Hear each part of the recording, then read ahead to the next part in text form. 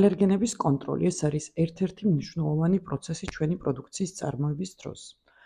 ალერგენმა შეიძლება გამოიწვიოს ადამიანში სხვადასხვა სახის რეაქცია, მაგრამ არსებობს ისეთი შემთხვევებიც, როდესაც ადამიანის სიცოცხლე მთავრდება ფატალურად. ამიტომ თქვენ როგორც ბიზნეს ოპერატორმა და საკვების მწარმოებელმა აუცილებლად უნდა დაიცვათ ყველა წესი და მინიმუმამდე დაიყვანოთ ჯვარედინი დაბინძურების რისკი. კერძოდ კი, ალერგენის მიღების დროს უნდა ხდებოდეს ალერგენების მარკირება, სწორად შენახვა, განცალკავებით სხვა არაალერგენ შემცველი პროდუქციისგან, დამზადება და სერვირების პროცესებიც ერთმანეთისგან უნდა იყოს გამიჯნული.